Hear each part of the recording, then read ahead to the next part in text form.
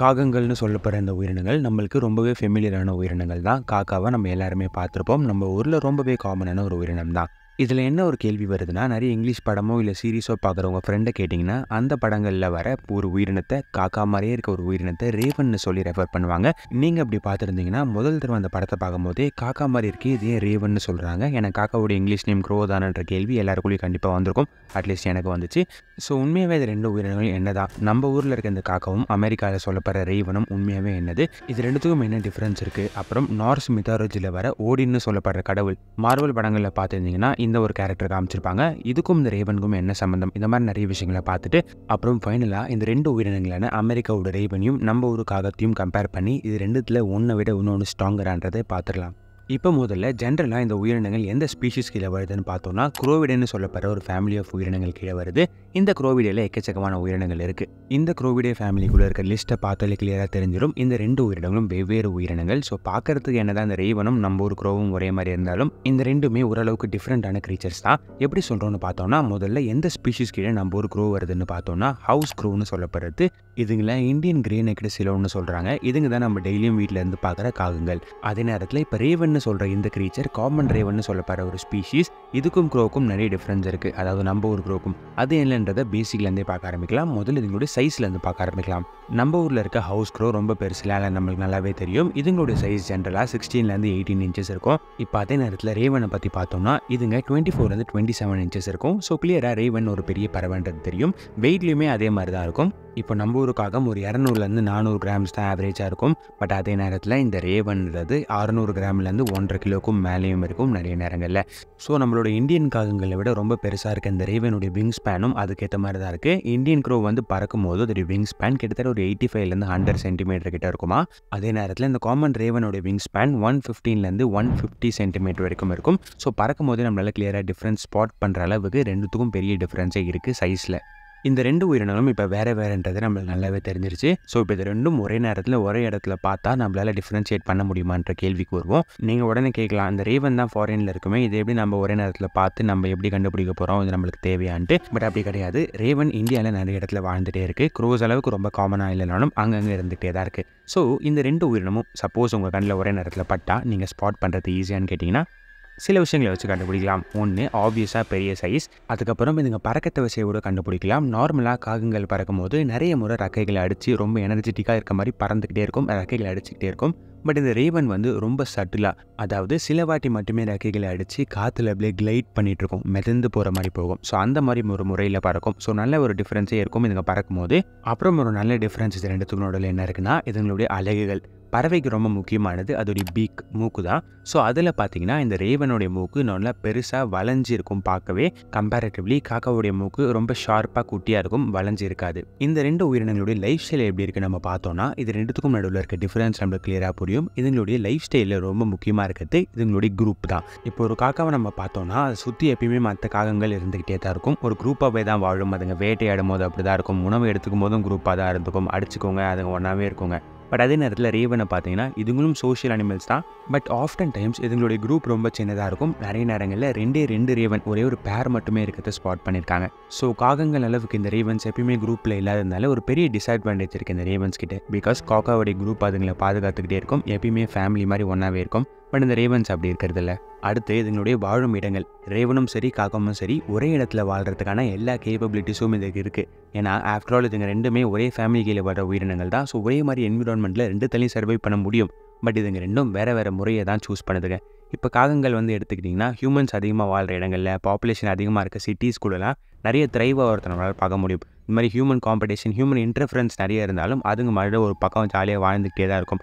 But Raven சில நேரங்களில் மனிதர்கள் வாழும் நகரத்தில் தென்பட்டாலும் நிறைய நேரங்களில் அதோடைய வாழும் இடங்கள் ரொம்ப செக்லூடான பிளேசஸ், ரூரல் வில்லேஜஸ், மனுஷங்கள்கிட்டேருந்து ரொம்ப அப்பாற்பட்ட இடங்கள், காடுகள், இந்த மாதிரி இடங்களில் தான் ரேவன்ஸ் ப்ரிஃபர் பண்ணி வாழுது. ஏன்னா அதோடைய கூட்டம் கம்மியாக இருக்கிறதுனால அதங்களோட சர்வைவல் ஹண்டிங் சான்சஸ்க்கெலாம் இந்த மனிதர்கிட்டேருந்து ரொம்ப தள்ளி இருக்கத்தே மேபி ப்ரிஃபரபுளாக இருக்கணுமோ அதுங்க அப்படிப்பட்ட ஒரு லைஃப் ஸ்டைலை சூஸ் பண்ணி வாழுதுங்க.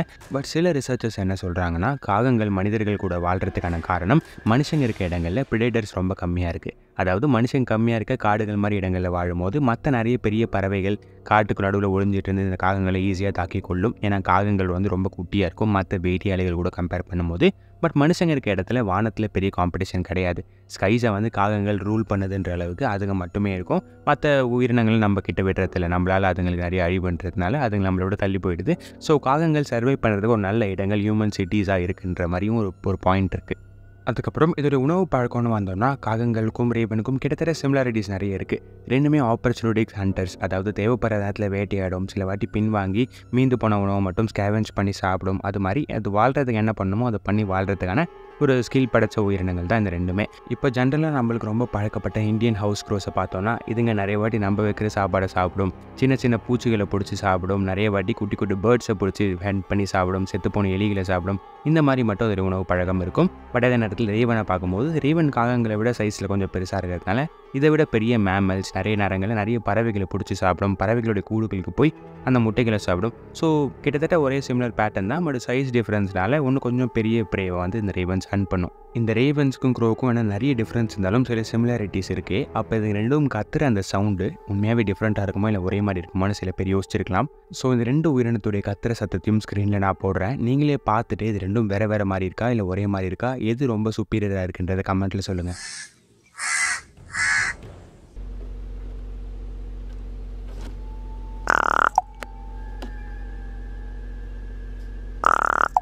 என்னதான் அது ரெண்டு உயிரினங்களுக்கு நடுவிலும் நிறைய டிஃப்ரென்ஸ் இருந்தாலும் இது ரெண்டும் வேறு உயிரினங்களாக இருந்தாலும் மனுஷங்க உலகம் ஃபுல்லாக காமனாக சில விஷயங்கள் இந்த உயிரினங்கள் மேலே திணிச்சிக்கிட்டே இருக்கும். அதை பற்றி பேசி ஆகணும்னு நினைக்கிறேன். Bad luck. இப்போ இந்த க்ரீச்சர்ஸ்கள் கருப்பாக இருக்கிறதுனால மட்டுமே இது வந்து இந்த காகங்கள்னு மட்டும் சொல்ல முடியாது. கருப்பு பூனைக்கும் இதே நிலைமை தான். வெறும் கருப்பாக இருக்குன்றதுக்காக மட்டுமே இதுங்க அபசகுணம், இதுங்க முன்னாடி போயிடுச்சுன்னா நம்மளுக்கு நல்லது நடக்காது, இந்த மாதிரி நிறைய விஷயங்களை சொல்லிட்டு இருக்காங்க. இதெல்லாம் நம்பர் ஆளாக இருந்தால் ப்ளீஸ் ஸ்டாப் பண்ணுங்கள். ஏன்னா உலகத்தோட எல்லா உயிரினங்களும் அதனுடைய வாழும் ஸ்டைல்லேருந்து அதுங்க கலர் வரைக்கும் எல்லாமே அதுங்க சர்வைவலுக்கு ஏற்ற மாதிரி எவல்யூஷனால் மாறப்பட்டது. ஸோ இதுக்கும் பேட் லக்குக்கும் சம்மந்தமே இல்லை. Please grow up. இந்த கருப்பு காகங்களையும் ரேவன்ஸும் துரதிருஷ்டவசன்னு சொல்கிற இந்த மூட நம்பிக்கைகளில் மட்டும் இதுங்க இடம் படுறதில்லை. இதை தாண்டியும் நிறைய கல்ச்சர்ஸில் உலகம் ஃபுல்லாக இருக்க நிறைய நம்பிக்கைகள் படி இந்த உயிரினங்கள் காலங்காலமாக மனிதர்கள் கூட இருந்திருக்கின்ற மாதிரி சொல்கிறாங்க. நிறைய கல்ச்சர்ஸில் என்ன சொல்கிறாங்கன்னா இந்த காகங்கள் வந்து ஒரு பழங்காலத்தில் மெசேஜஸாக இருந்திருக்கும், ஹியூமன்ஸுக்கு நிறைய பயன்படுத்துன்னு சொல்கிறாங்க. அதே நேரத்தில் இந்த மித்தாலஜியை நிறைய நம்புறவங்களாம், அதாவது நார்ஸ் மித்தாலஜின்னு சொல்லப்படுறதுல தான் இந்த தார், அதாவது மார்வலில் இப்போ காட்டப்படுற தார், ஓடின்ன்ற கேரக்டர்ஸ்லாம் ஒரு சில கல்ச்சர் மக்களுடைய நம்பிக்கைகள். ஸோ அப்படி இருக்க அவங்க நம்பிக்கைகளில் சொல்லப்படுற இந்த ஓடின்ன்ற ஒரு கடவுளோடைய அவருக்கு ஹெல்ப் பண்ணுறதுக்கு 2 ரேவன்ஸ் அவர் கூடயே இருந்திருக்கும். நிறைய பிக்சர்ஸில் அவர் மேலேயே ரேவன்ஸோட தான் போர்ட்ரே பண்ணியிருப்பாங்க. ஸோ அந்த ரேவன்ஸ் தான் அவருக்கு நிறைய இன்ஃபர்மேஷனை கொண்டு வந்து கொடுக்குன்ற மாதிரிலாம் அவங்க நம்புகிறாங்க. ஸோ அந்த நம்பிக்கைக்குள்ளே நம்ம போக வேணாம். பட் இந்த மாதிரி நிறைய இந்த ரேவன்ஸும் க்ரோஸும் காலங்காலமாக ஹிஸ்ட்ரி, லெஜெண்ட்ஸ், அதாவது நம்ம நம்பிக்கைகளுக்குள்ளேயே வந்து இருந்துகிட்ருக்கு. அது மட்டும் இல்லாமல் ஃபுல் பிளாக்காக இருக்க ஒரே காரணத்துக்காகவே சூனியக்காரியங்கள் கூடலாம் இந்த உயிரினங்கள் இருக்கிற மாதிரி, ஈவில் டீட்ஸ்லாம் பண்ணுறவங்க அவங்க கூடவே இந்த ரேவன்ஸ் க்ரோஸ்லாம் இருக்க மாதிரி நிறைய படங்கள்லையுமே காட்டுவாங்க. அதுவுமே ரொம்ப ஸ்டூப்பிடான ஒரு விஷயமாக தான் நான் பார்க்குறேன். ஸோ எனிவே இந்த 2 உயிரினங்களும் வெவ்வேறு உயிரினங்கள். இது நடுவில் இருக்க நிறைய டிஃப்ரென்ஸ் நம்ம பார்த்தாச்சு. இப்போது இந்த நம்ம ஊருடைய ஹவுஸ் க்ரோவா இல்லை ஃபாரினோடைய இந்த ரேவனா எது ரொம்ப ஸ்ட்ராங்காக ரொம்ப சுப்பீரான உயிரினம்னு பார்க்கலாம். இந்த ரெண்டும் ஒரே இடத்துல ஒரே உணவுக்காக போட்டி போட்டால் இது ரெண்டுத்தில் எது ஜெயிக்கும், எது ரொம்ப ஸ்ட்ராங்கரான ஒன்றுன்னு பார்க்கலாம். காகங்களுக்கும் ரேவன்ஸுக்கும் ஒரு மிகப்பெரிய போர் வந்தால் மனுஷங்க நம்ம கண்ணுக்கு எல்லா காகவும் அடிச்சிக்கிற மாதிரி தான் தெரியும். பட் சண்டையில் உண்மையாகவே என்ன நடக்கும்னு பார்த்தா ரேவன்ஸ் அஃப்கோர்ஸ் காக்கா விட ரொம்ப சைஸில் பெருசாக இருக்கிறதுனால ரொம்ப சுப்பீரியராக தான் தெரியும். அது ரொம்ப பவர்ஃபுல்லாக அதோடைய அட்டாக்ஸ் இருக்கும். அது வந்து கொத்துச்சுன்னா காகத்துக்கு பலத்த காயங்கள் ஏற்படும். அதுங்க பறக்கிற ஸ்டைல்லேருந்து எல்லாமே வந்து காக்கா விட கொஞ்சம் சுப்பீரியராக ரொம்ப அட்வான்ஸாக எவால்வ் ஆன ஒரு கிரீச்சர் மாதிரி தான் இருக்கும். பட் எங்கே எனக்கு தெரிஞ்சு இந்த ரேவன்ஸ் ரொம்ப லேக் ஆகுதுன்னா சோஷியல் பிஹேவியர்.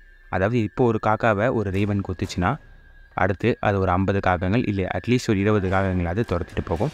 பட் ரேவன்ஸ்க்கு அந்தளவுக்கு ஒரு சோஷியல் ஃபேமிலி எப்பயுமே கூட இல்லாததுனால அது ஒரு மிகப்பெரிய டிஸ்அட்வான்டேஜாக இருக்கலாம். ஸோ என்ன தான் மற்ற எல்லா ஃபிசிக்கல் அப்பியரன்ஸ்லையும் காகங்களை விட இந்த ரேவன் சுப்பீரியராக இருந்தாலும் ஈவன் அந்த பீக்ஸ் கூட ரொம்ப ஸ்ட்ராங்கராக இருக்கும் காக்கா விட நம்ம பார்த்துருந்தோம். ஸோ அப்படி இருந்தாலும் ஒரே நேரத்தில் எத்தனை காக்காவை இந்த ரேவன்ஸ் கொத்திட முடியும்? காகங்களுடைய ஸ்ட்ரென்த் இன் நம்பர் ஸ்ட்ராட்டஜி ரொம்பவே பவர்ஃபுல். நிறைய நேரங்களில் ஈகிள்ஸ், அவுல்ஸை கூட காகங்கள் கொத்துறதை நம்ம பார்த்துருப்போம்.